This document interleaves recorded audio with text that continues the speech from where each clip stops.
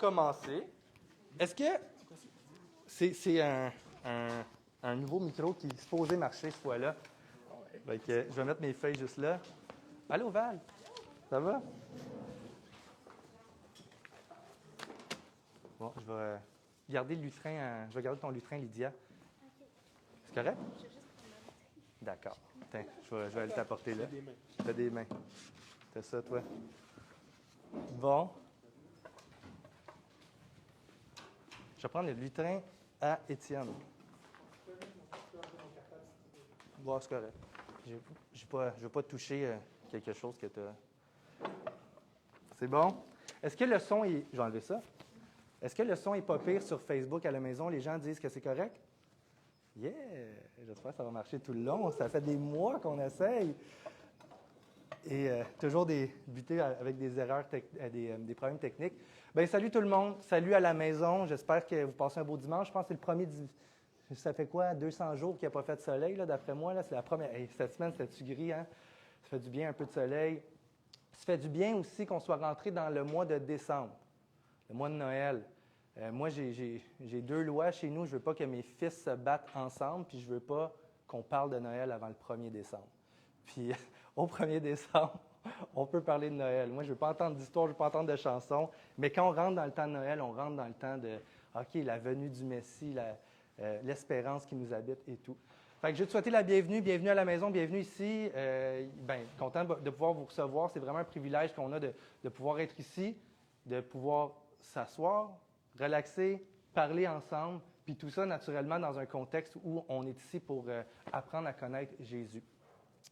Et avant d'aller dans le texte d'aujourd'hui, non, je vais tout de suite aller dans le texte d'aujourd'hui. J'ai 3 textes en commençant à vous lire, OK? Et bien, en fait, que nous allons lire. Fait qu'on va aller dans Acte 4, 12. Acte 4, 12.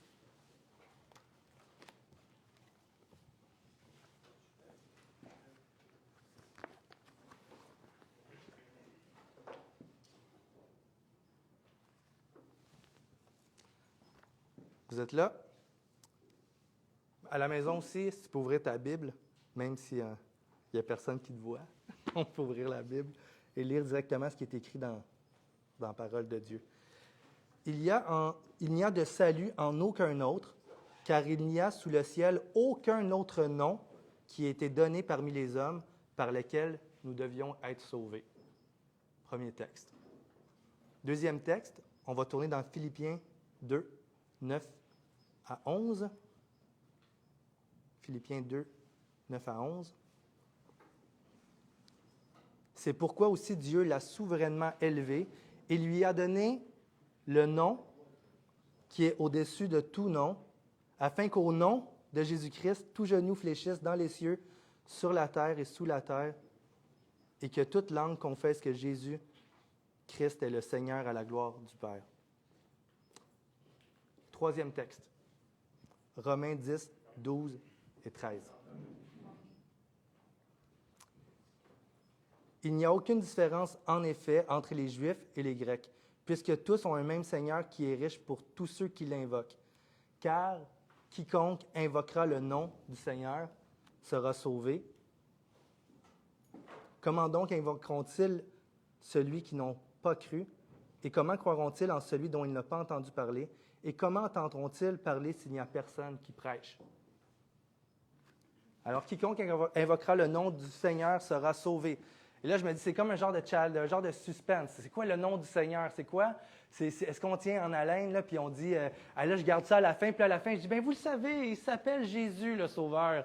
Et j'ai dit, je vais le dire au début, parce que le nom de Jésus, c'est pas si important que ça. Okay? Dans un sens, faites attention, je vais développer mon point.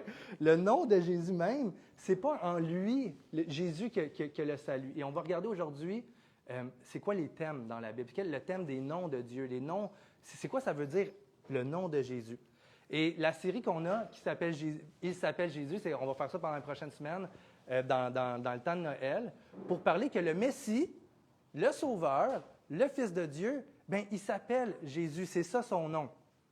Et on va, à travers ces noms-là, Messie, Sauveur, Fils de Dieu, on va découvrir ensemble différents aspects, différents angles de la personne de Jésus. Parce que le Messie aborde quelque chose de particulier. Fils de Dieu aborde un autre aspect de particulier à Jésus. Je vais donner l'exemple, Étienne il est là. Tiens. Je vais prendre Étienne, OK? Étienne, c'est un professeur. Donc, il y a une relation avec ses élèves, et ses élèves le connaissent dans la relation de professeur-élève. Donc, quand ils voient Étienne, bien, pour eux, bien, Étienne, c'est le professeur, et eux, ils ont une relation comme ça avec lui. Mais Étienne, c'est un père de famille aussi. Et là, bien, ces enfants, quand ils sont en relation avec leur père, eux, ils voient un angle que les élèves ne voient pas. Hein? Ils voient l'angle du père. Mais Étienne, c'est aussi un mari. Et la femme d'Étienne va voir Étienne comme un père, comme un professeur, comme un berger de la famille et un époux. Et elle va avoir une compréhension plus profonde de qui est Étienne. Mais là, on n'est pas là pour parler d'Étienne, on est là pour parler de Jésus. Et Jésus, c'est la même chose. Fait que quand on commence à découvrir des aspects de la personne de Jésus, on commence à comprendre vraiment qui il est et qu'est-ce que ça change pour nous. Et des noms comme Messie, des noms comme Fils de Dieu dans la Bible, des noms comme Fils de l'homme, des noms comme, des fois Jésus est aussi appelé l'époux, parle de quelque chose de particulier concernant Jésus. Concernant Jésus. Et en fait, chaque évangile met l'emphase sur des aspects différents de Jésus pour qu'on ait une compréhension approfondie de qui il est.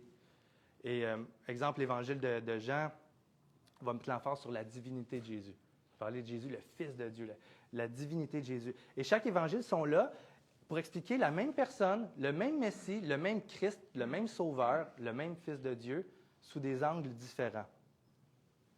Et le but des évangiles, c'est de présenter ce Jésus-là comme étant le Sauveur, comme étant le Fils de Dieu, comme étant le Messie, comme étant celui qui nous sauve de nos péchés, celui qui nous sauve de la mort, celui qui nous sauve du jugement de Dieu.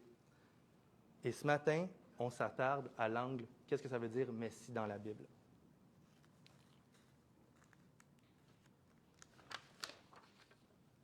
Puis la semaine prochaine, on va regarder, c'est ça, la semaine prochaine, on va regarder c'est quoi l'angle du Sauveur. Ça va être Benoît Sénécal, là. Il y a un angle qui concerne le Sauveur. Il vient sauver de quoi, Jésus, exactement? Et au dimanche de Noël, le 20 décembre, on va parler du Fils de Dieu. Qu'est-ce que ça veut dire dans la Bible, Fils de Dieu? Fils de Dieu dans la Bible, ça parle de la royauté de Jésus. Comme Jésus est un roi, il règne, il est assis sur le trône et il règne au-dessus de tout. Mais aujourd'hui, on va parler du Messie.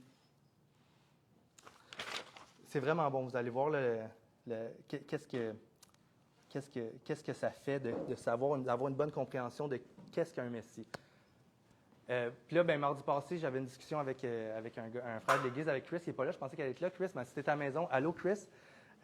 Tu disais que tu étais content que j'avais fait 2 points. Tu sais, moi, je ne fais pas de points. D'habitude, j'ai dit, là, je vais faire mon message en 2 points. Là, j'ai dit mes 2 points. Il a dit, j'ai aimé ça que tu fasses ça. Fait que pour toi, je l'ai fait encore.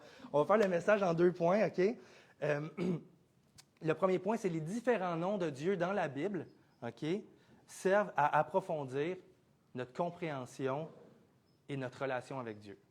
Fait que les différents noms de Dieu dans la Bible qu'on va passer ce matin servent à approfondir notre compréhension puis notre relation avec Dieu.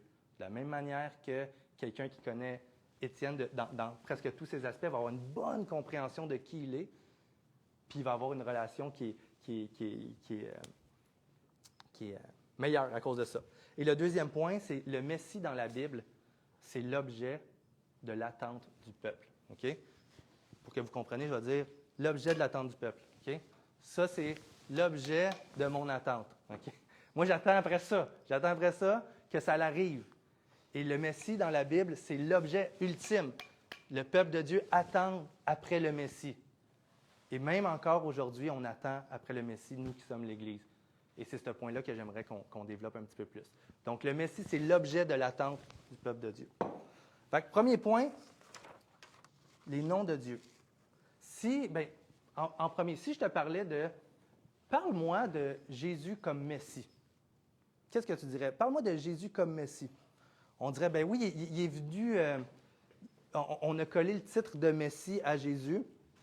Et, excusez, je vais juste un peu mélanger dans mes feuilles.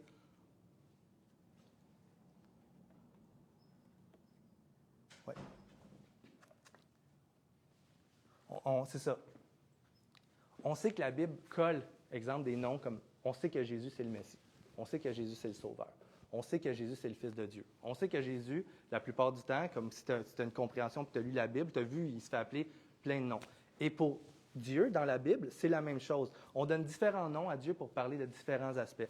Fait que je vais donner l'exemple dans la création. Au début, le premier chapitre de la Bible, dans la création, dans Genèse, c'est écrit Elohim, pour parler de Dieu. Donc, c'est son nom à ce moment-là, Elohim, qui crée le ciel et la terre. Et Elohim, quand Moïse écrit ça, qui écrit la Genèse, probablement, il fait référence au fait que Dieu est tout-puissant. Ça veut dire Dieu tout-puissant, Elohim, Dieu tout-puissant. Il n'est pas limité dans rien. Donc, tu sais que quand l'auteur est en train d'écrire Elohim pour parler de Dieu, il est en train de donner le nom d'Elohim, il est en train de faire référence à comment Dieu est grand, comment Dieu est tout-puissant, comment Dieu n'est pas limité. El Elyon, une autre fois, Dieu est appelé El Elyon. Où est-ce que ça veut dire? Dieu est élevé au-dessus de tout. Il n'est pas ici là. Il règne au-dessus de tout. Agar, quand elle a eu, quand elle a eu son enfant et qu'elle a été chassée, elle a eu une expérience avec Dieu et elle souffrait beaucoup, beaucoup, beaucoup. Et elle pensait que personne ne voyait sa souffrance. Et quand elle a eu l'expérience avec Dieu, elle a donné le nom de Dieu, elle l'a appelé El Roi. Ça veut dire Dieu qui voit. C'est son nom, c'est Dieu qui voit. Fait que ça l'aide à comprendre la relation que Agar pouvait avoir avec Dieu. Elle comprenait, en donnant ce nom-là, que Dieu, c'est celui qui voit la souffrance. C'est celui qui comprend la souffrance. On a un autre, le roi David l'appelle El Shaddai. Son nom, c'est El Shaddai. Ça, c'est son nom, ça veut dire, c'est encore là, c'est lui qui n'est pas limité dans la puissance. Quand Moïse, quand il y a le buisson ardent, qu'est-ce qui arrive? Le buisson ardent, Moïse va au buisson ardent et là, Dieu dit, va-t'en vers les Israélites, dis-leur que je les libère. Il dit, mais comment je vais pouvoir aller les libérer si je ne connais même pas ton nom? Fait qu'il demande le nom de Dieu. Et Dieu il dit, je m'appelle Yahweh ou Jéhovah ou Yahvé, on ne sait pas comment que ça se dit exactement, mais ça veut dire je suis. Ça veut dire l'Éternel. Ça veut dire lui qui n'a pas de commencement puis lui qui n'a pas de fin.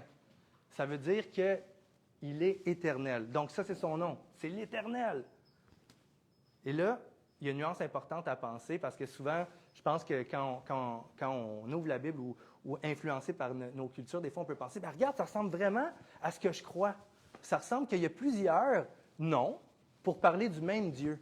On entend ça, hein? Dans le fond, ce n'est pas important les noms, que ce soit Bouddha, Vishnu, que ce soit Allah. Ce n'est pas ça qui est important parce que ça parle des mêmes dieux puis de la même source d'amour.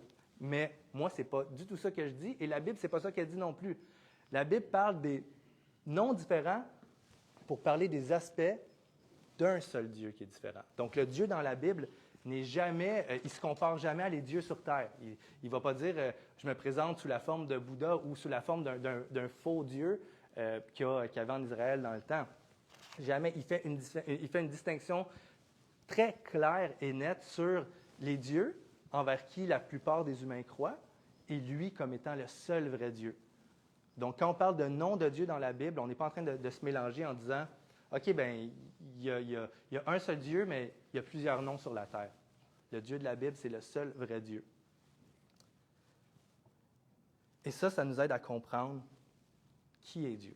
Ça nous aide à comprendre des aspects de la personne de Dieu. Quand Abraham quand Dieu avait demandé à Abraham de sacrifier Isaac, là, Abraham vient pour sacrifier Isaac, et Dieu apparaît, puis il l'empêche, vous savez, si vous connaissez l'histoire, et il y avait un bélier qui était pris dans un arbre, et Abraham a sacrifié le bélier à la place. Et à ce moment-là, Dieu est appelé Jéhovah Jireh. Ça veut dire le Dieu qui pourvoit. C'est son nom. C'est celui qui pourvoit. Est-ce que c'est le Dieu qui pourvoit juste à ce moment-là? Non, c'est son nom. Dieu pourvoit dans nos vies. Dieu, c'est le Dieu qui donne, c'est le Dieu qui pourvoit, Jéhovah Jireh. Et ça nous aide vraiment à comprendre ça, à comprendre Dieu, à comprendre les différentes facettes de Dieu, de qui il est, et de comprendre aussi l'intention de l'auteur quand il écrivait la Bible.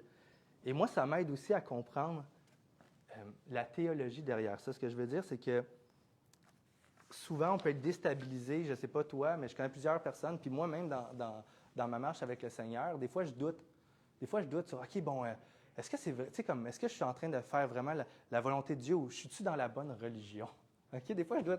Et bon, exemple, les témoins de Jéhovah vont venir à la porte et ils vont dire comment tu peux être certain que tu es dans la bonne religion si tu n'es même pas capable de dire c'est quoi le vrai nom de Dieu? Et ça, c'est un point solide pour les témoins de Jéhovah. C'est très, très important que tu connaisses le nom de Dieu. Et son nom, c'est Jéhovah. Comment tu pourrais être sauvé si tu ne connais pas son nom? Et de comprendre le concept derrière les noms de Dieu dans la Bible, là, ça vient nous aider. Ça vient nous faire dire, non, non, Dieu a plusieurs noms. Et ce n'est pas Éloi qui est sanctifié. Ce n'est pas le nom, ce n'est pas Jésus qui sauve. Le nom Jésus, c'est l'œuvre de la personne. Les noms de Dieu dans la Bible parlent de l'œuvre de la personne. Et je vais vous donner un exemple concret pour que vous puissiez comprendre ça. Je travaillais dans une pépinière, puis ce qui arrive, à un moment donné, il y a un gars qui arrive avec sa Porsche, et il n'a pas passé à la caisse, il y avait une longue file, fait qu'il dit « Je vais mettre mes sacs avant, puis j'irai payer après ». Mais là, les commis pensaient qu'il était en train de voler, tu sais. Fait que là, il est avec sa Porsche, avec la chemise Giorgio Armani, tout, là. Il met 3 sacs de terre à 10$ dans sa valise. Puis là, les commis arrivent et disent « Hey, hey, hey, qu'est-ce que vous faites là? » Là, il dit « Ah, ben je voulais prendre l'avance. » Puis là, il dit, là, les commis disent « Ben, en tout cas, on n'est pas certain. » Puis là, il dit « Hey, hey, je ne perdrai pas mon nom pour 3 sacs de terre. » Ou quand j'étais allé à la banque pour mon hypothèque, un autre exemple comme ça, quand j'étais à la banque, je m'assois avec la femme, la conseillère, elle dit « Est-ce que tu as un bon nom? » Bien, mon nom, David, elle n'était pas en train de me demander si David, c'était bon. Elle est en train de me demander si ce qui me représente à la banque, dans le crédit, est bon. Est-ce que ton nom est bon? C'est ça que Jésus veut dire aussi quand il dit que ton nom soit sanctifié. Que ce que tu es, Dieu, que ton œuvre, Jéhovah Jireh, Éloi, toutes les El Shaddai, que toute ton œuvre, Père, soit au-dessus de tout.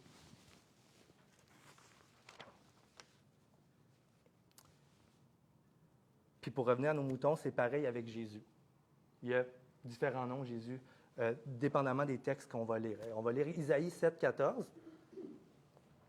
Isaïe 7,14 qui parle de la venue du Messie.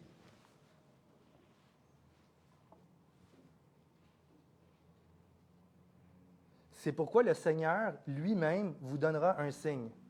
Voici, la jeune fille deviendra enceinte et enfantera un fils, et elle lui donnera le nom d'Emmanuel. Une prophétie qui parle du Messie, des centaines d'années avant que Marie tombe enceinte. Puis là, je me dis, y a-t-il une erreur dans la transmission de l'information? Hein? Parce que là, c'est une prophétie qui dit, la jeune vierge tombera enceinte, on est dans le temps de Noël, on sait c'est ça, là.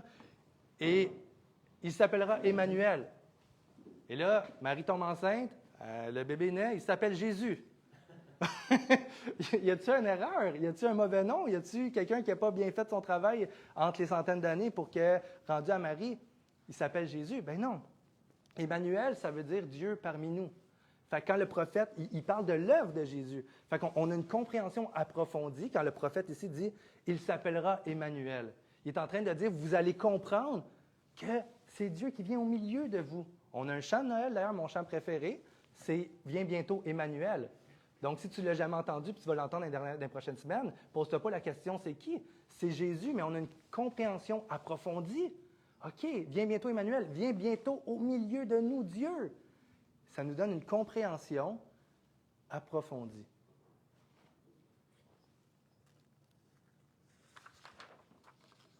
De la même manière, pour revenir à mon intro, de la même manière, lorsque Jésus est appelé le Messie, puis qu'on comprend c'est quoi un Messie, on va avoir une compréhension approfondie de qui il est. Le Messie, comme je disais, c'est l'objet de l'attente du peuple. OK? À partir de maintenant, quand je vais parler de Jésus, je ne dirai plus son nom, je vais dire le Messie. OK? Je vais dire le Messie. Et si je te pose la question, pour toi, c'est qui le Messie? C'est quoi le Messie? Qu'est-ce qu'il fait? Fait que là, moi, je me rappelle quand j'étais petit, tu sais, je réfléchis en même temps que je pose la question, là. Si je te dis, c'est quoi l'image du Messie que tu as? Qu'est-ce qui fait le Messie? Moi, je me rappelle, ayant grandi à l'Église catholique, l'image du Messie, c'était quand je rentrais dans la cathédrale, il y avait un monsieur sur une croix, tout ensanglanté, puis il y avait des pins dans sa tête, puis il y avait des trous dans les jambes, puis ça, je savais que ça, c'était le Messie. En tout cas, je ne m'étonnerais pas pourquoi que j'étais plus attiré vers Marie, hein, dans un sens. Elle est toute immaculée, toute belle, toute en bleu. Là, tu as le choix entre ça ou l'image du Messie. Moi, c'était ça le Messie pour moi dans ma tête. Si je te pose la question à toi, qui est chrétien, ou tu vas dire, ben moi, c'est le contraire. Quand je pense au Messie, je pense justement que c'est le contraire. Tu sais, on va entendre ça souvent, je pense à la croix vide. Une croix, parce que le Messie, là, c'est lui qui a vaincu la mort. Fait que quand j'ai l'image du Messie ultime, je sais que la croix est vide, qu'il est au-dessus de tout, puis c'est vrai, le Messie a vaincu la mort. Donc, l'image qu'on a. Ou peut-être que si je te dis, toi, à quoi tu penses quand tu penses au Messie, puis c'est tout nouveau pour toi, la foi chrétienne, mais tu vas avoir l'image de Jésus dans la crèche. Ou tu vas avoir, tu dis, ben moi, je ne sais pas, mais je le prie de temps en temps, mais le Messie, pour moi, c'est le Jésus catholique des images, là. Bref, on va tout avoir une compréhension qui se ressemble ou qui n'est pas en contradiction avec rien.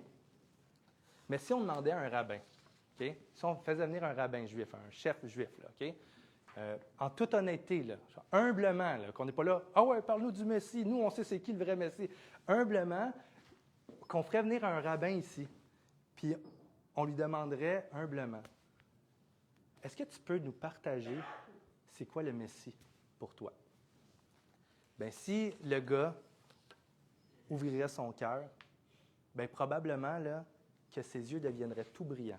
Puis il dirait, bien, le Messie, là, c'est un homme qui est élu par Dieu.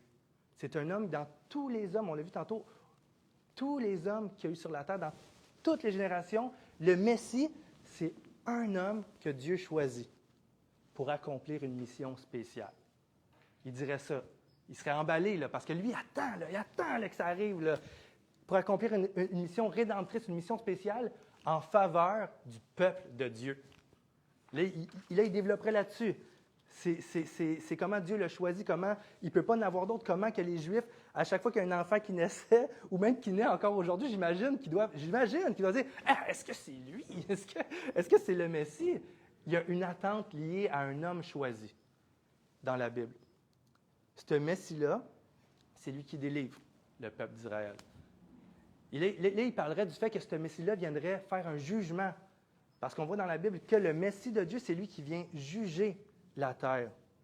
Et finalement, le Messie de Dieu, il domine toutes les nations.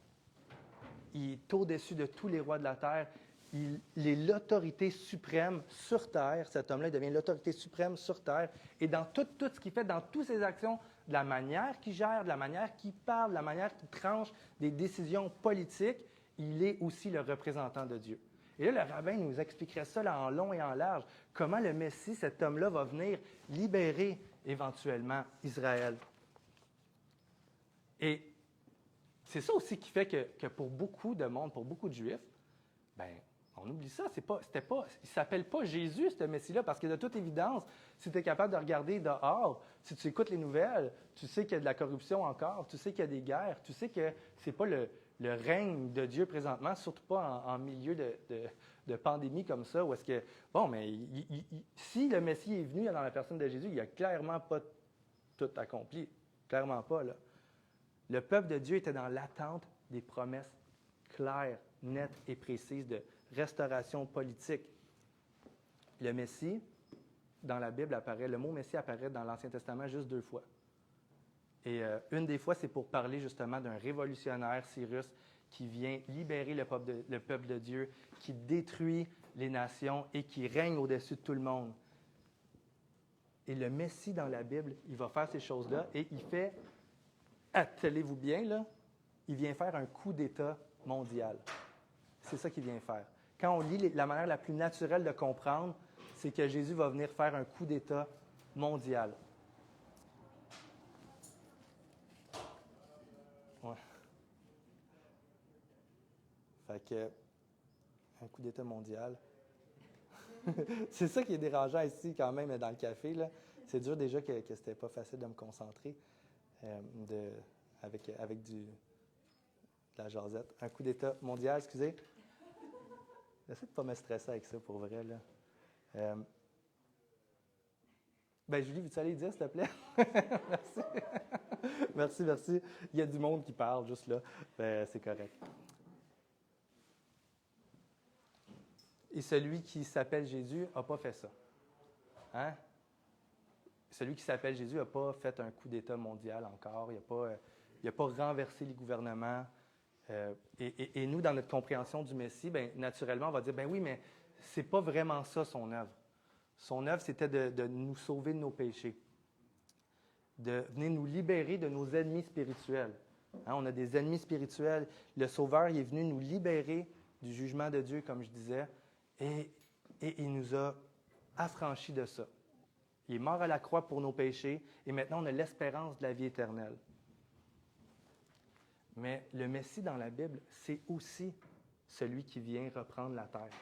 C'est aussi. Puis là, des fois, on parle, je dis plus moi, exemple, on dit ah, on va-tu être bien au ciel? Ça, c'est une expression qu'on a. Tu sais, mais la réalité, c'est que le Messie dans la Bible, il dit moi, je reviens sur terre. Et c'est ici que ça se passe. Je reviens sur terre, je vais mettre mon pied, je vais renverser et je vais rétablir tout. Il y a un aspect de tout accompli, mais pas tout. Le Messie n'est pas encore tout accompli. Il dit à la croix, oui, tout accompli, mais il y a un aspect dans la Bible de déjà, mais pas encore. On va lire ensemble Luc 4, 18.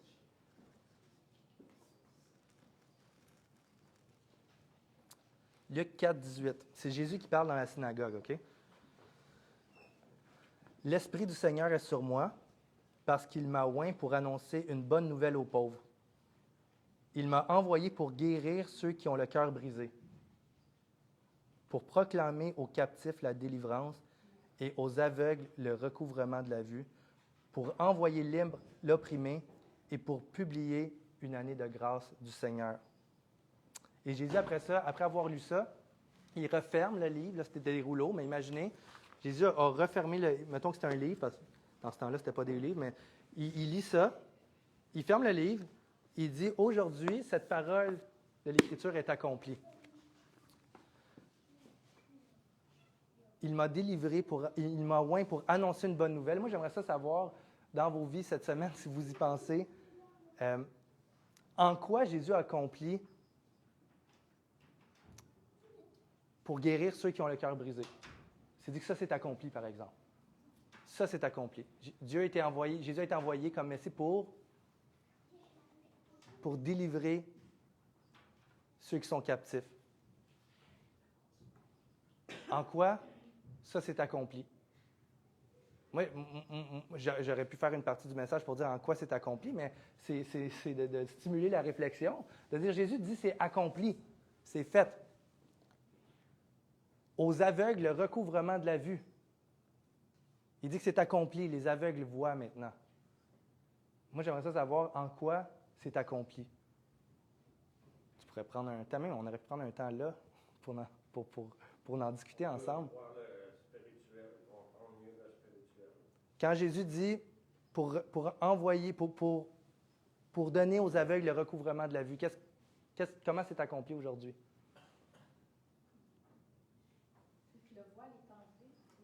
Le voile est enlevé pour voir. Oui. L'aveuglement spirituel. Ouais. Pour proclamer aux captifs la délivrance. Jésus dit que le Messie est venu et il a fait ça. Fait comment que Jésus a proclamé aux captifs qu'ils étaient libérés?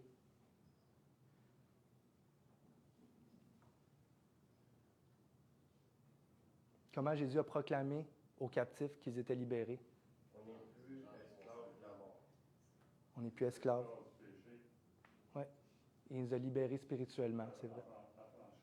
Oui. Pour publier une année de grâce. Il dit que ça s'est accompli. Il publie une année de grâce, puis là, il ne faut pas s'accrocher à un virgule. Les périodes de temps dans la Bible, c'est souvent comme ça. Une année, c'est une période de temps. Une année de grâce, ce n'est pas 365 jours. Et là, il est pour publier une année de grâce. Comment que ça s'accomplit, ça? Ça s'accomplit, en fait, entre la venue du Messie puis qui est reparti. Et tout ce temps-là, jusqu'à temps qu'il revienne, on est dans l'année de grâce. Et ça s'accomplit. On est dans une période où les humains peuvent rentrer dans la grâce de Dieu, peuvent connaître Jésus comme Messie. Et ce qui est intéressant, puis ce qui me frappe ici, c'est que quand Jésus lit ce texte-là en terminant, il est en train de lire, il dit, ça c'est accompli. Mais quand on va dans Isaïe 61 au verset 2, Isaïe 61 au verset 2, c'est ce texte-là que Jésus est en train de lire. Et ce que Jésus ne dit pas, c'est qu'il dit, dans Isaïe 61 au verset 2, c'est marqué, pour délivrer, je vais le relire, OK? Ici, il dit, « L'Esprit du Seigneur est sur moi parce qu'il m'a oint pour annoncer une bonne nouvelle aux pauvres. Il m'a envoyé pour guérir ceux qui ont le cœur brisé, pour proclamer aux captifs la délivrance et aux aveugles le recouvrement de la vue, pour renvoyer libre l'opprimé, pour publier une année de grâce. » Là, Jésus ferme le livre et dit, « Cette parole de l'Écriture est accomplie. » Mais si vous retournez dans le texte original, en hébreu, le verset d'après, c'est marqué, « Et un jour de vengeance pour l'Éternel. » Un jour de rétablissement. Là, on parle du Messie conquérant. Là. On parle de ça qui n'est pas encore tout à fait accompli, où Dieu va revenir, renverser, il va prendre son royaume. L'image la plus belle que j'ai, vous inviterais vraiment là, à y aller. Là, à l'église. Là, je ne fais pas de la promotion pour l'Église catholique, c'est pas ça que je veux faire. Il y a une image très spéciale à Saint-Sauveur dans l'Église catholique où c'est l'image du Messie, mais comme on n'a jamais vu. Okay? Ça donne une autre perspective de OK, c'est un conquérant qui vient rétablir la terre. C'est fini, là, genre la souffrance, c'est fini les maladies, c'est fini la corruption, c'est fini la manipulation politique. Il n'y en aura plus jamais. Jésus vient mettre la hache là-dedans d'une manière autoritaire. Il n'y a plus de dialogue. Et qu'est-ce qu'on voit à l'Église catholique, à Saint-Sauveur, la cathédrale, c'est que tu as une grande toile et tu as l'image du Messie. Mais il faudrait que vous la voyiez pour comprendre. C'est un homme grand, les cheveux complètement rasés, là, et tu vois son pied qui marche en direction de son royaume sur terre. Et c'est comme, ça donne presque des frissons. Parce que le Messie, c'est lui qui vient renverser tout le système établi présentement pour instaurer le nouveau système de Dieu. Et ça, c'est toute une espérance pour nous. Et c'est à ce moment-là que pour nous aussi, dans ce contexte-là, dans les contextes de nos vies, on va se rendre compte que souvent, l'objet de notre espérance, c'est autre chose. L'objet de notre espérance, c'est la restauration de mon couple. Puis oui, Dieu veut restaurer nos couples. L'objet de mon espérance, c'est que là, ma femme est partie ou mon mari est parti. Et là, ça, c'est l'objet de mon espérance. Puis Jésus vient. Mais l'objet de l'espérance des chrétiens, ultimement, c'est le Messie qui revient refaire une terre au complet.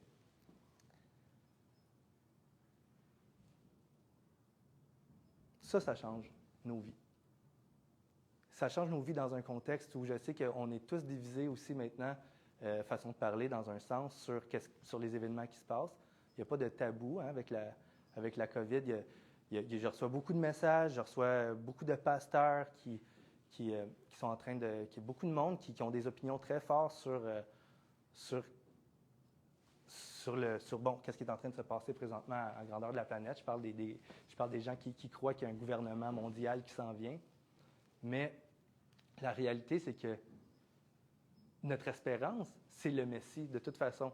Notre espérance, là, c'est que Jésus, lui, il va venir mettre un gouvernement mondial parfait. Et en tout cas, je vais terminer en prière là-dessus. Et après, on va passer à la louange de Noël. Seigneur, merci pour l'espérance, justement. Souvent, moi, je regarde juste aux choses détachées un peu, qui sont spirituelles, en pensant que je vais être sur un nuage un jour. Mais non, Seigneur, le monde tel qu'on le connaît, il n'existera plus, mais ça va être un monde physique. Le Messie, Seigneur, toi, tu viens comme conquérant. Tu viens nous délivrer des ennemis spirituels, tu viens nous délivrer de la mort éternelle, tu viens nous délivrer du jugement de Dieu en prenant sur toi, Seigneur, le jugement pour qu'on puisse être pardonné. Mais Seigneur, tu viens aussi reprendre ce qui t'appartient sur terre, reprendre ton héritage qui est ton peuple. Tu viens enlever, Seigneur, tout ce qui nous empêche de t'adorer. Seigneur, il va venir un temps où on ne sera pas limité à 25 dans un bâtiment. Parce que ça va être ton règne qui va être établi ici-bas sur terre. Et Seigneur, fais grandir cette espérance-là en nous, cet espoir-là. Et que comme de la même manière que le peuple juif soupire après le Messie qui tarde à venir, qui ne vient pas, bien nous savons que tu es déjà venu.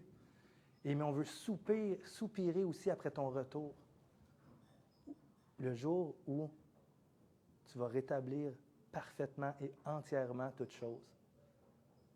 Seigneur, montre-nous à proclamer cette nouvelle-là, à annoncer le libérateur, le Messie, à annoncer ton œuvre, Jésus, à annoncer ton nom. Et Seigneur, à être transformé au quotidien par cette espérance-là en réalité. Merci de ton esprit. Merci parce que tu dis que tu reviens, mais paradoxalement aussi, Seigneur, on ne veut pas oublier que tu as envoyé ton esprit avec nous. Puis on sait que tu es aussi présent. Donc, Seigneur, on est reconnaissant pour ça. Merci pour ta parole. Merci, Seigneur, pour les gens qui étaient présents. Merci pour la communion fraternelle et pour le privilège qu'on a, Père, de se rencontrer ici. Amen. Je vais inviter les musiciens à venir ici. Je vais éteindre le micro. Là, Éric, on va débrancher le micro pour la musique ambiante.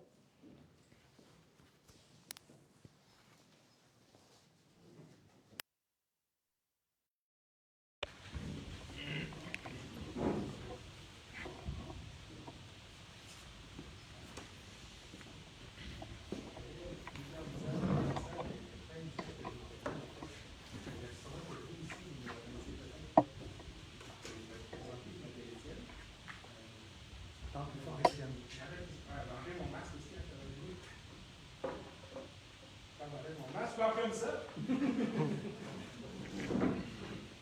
m'appelle Étienne et avec moi j'ai Lydia ce matin pour faire des chansons. Vous les connaissez bien, les chansons de Noël qu'on va chanter, je pense. Il y a des feuilles comme mis sur les tables aussi que vous pouvez parler avec nous, chanter avec nous. On va prendre ça de je sais pas par contre un petit 10-15 secondes juste pour s'accorder parce qu'avec le froid et la porte qui est ouverte, quelquefois ça peut faire une différence.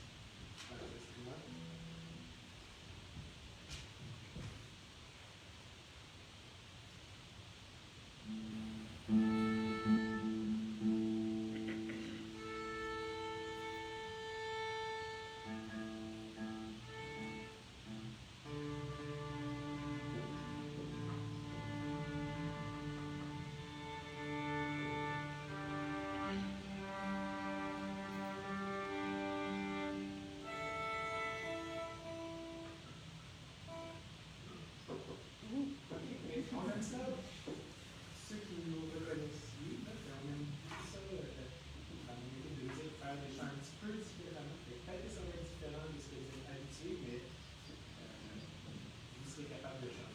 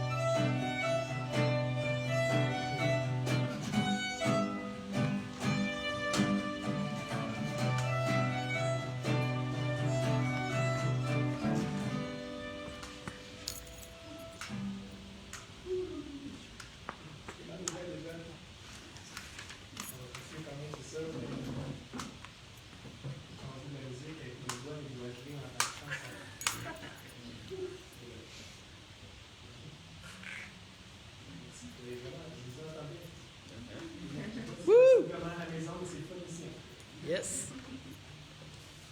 On va continuer avec Isaïe le divinateur.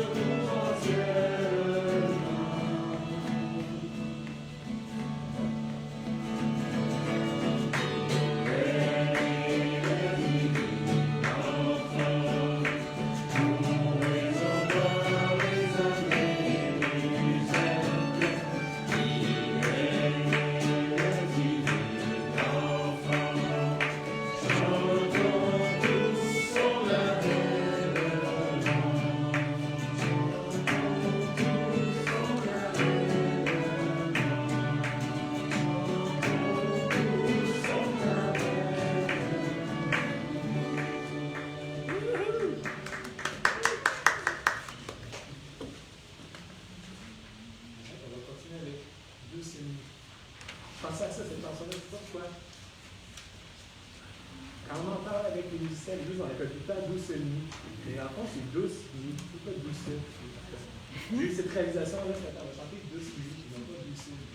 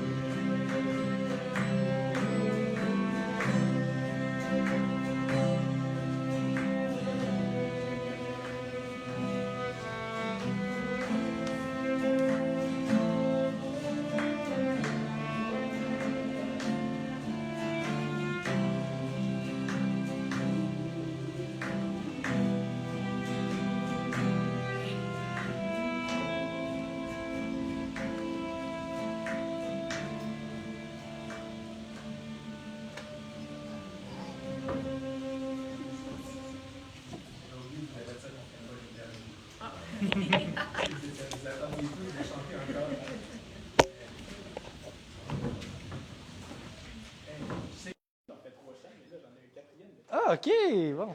Des branches.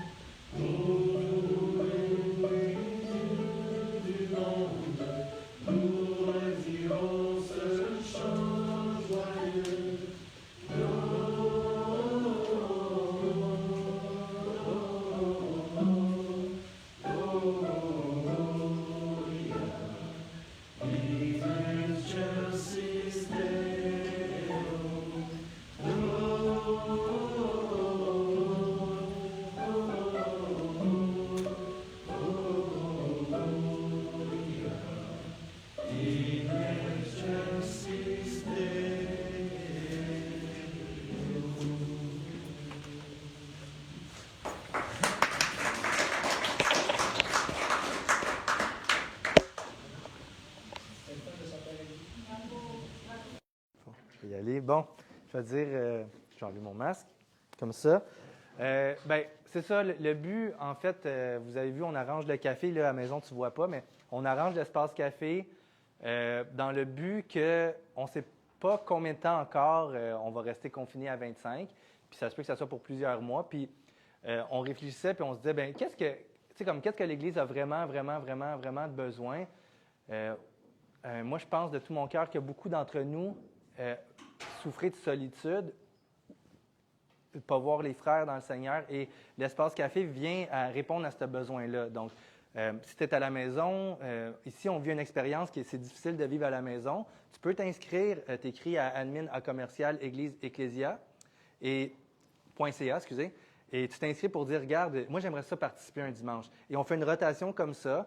On ne peut pas venir chaque dimanche, c'est impossible parce qu'on est trop, mais on a un temps ensemble, relax, où on va profiter de la saison de la COVID, puis la saison un peu plus sombre pour se réunir ici, se rapprocher. Puis comme là, ici, j'aimerais ça que, pour ceux qui sont à l'aise, vous n'êtes pas obligés de rester parce que c'est comme officiellement terminé, mais on va prendre un temps de prière ensemble. Donc, si tu veux rester pour prier, ici, on va prier ensemble. Puis la prochaine fois à la maison, ça sera toi qui seras ici avec nous, que tu vas pouvoir voir tes frères et tes sœurs prier avec nous. Et si tu es nouveau aussi et tu veux connecter, tu nous laisses ton nom, tu écris sur Facebook, puis on va prendre contact avec toi. Aussi, dernière chose, les annonces, OK, pour Facebook, c'est que là, je pourrais les faire là, mais en tout cas, ça fait beaucoup de choses. On va poster une vidéo avec les annonces à la fin. Donc, restez à l'affût, on va parler de qu'est-ce qui se passe pour Noël à l'Église. Donc c'est ça. Fait que tout le monde, bonne semaine, bon dimanche, que le Seigneur vous bénisse puis qu'il vous accompagne. Bye. Fait que pour ici, là,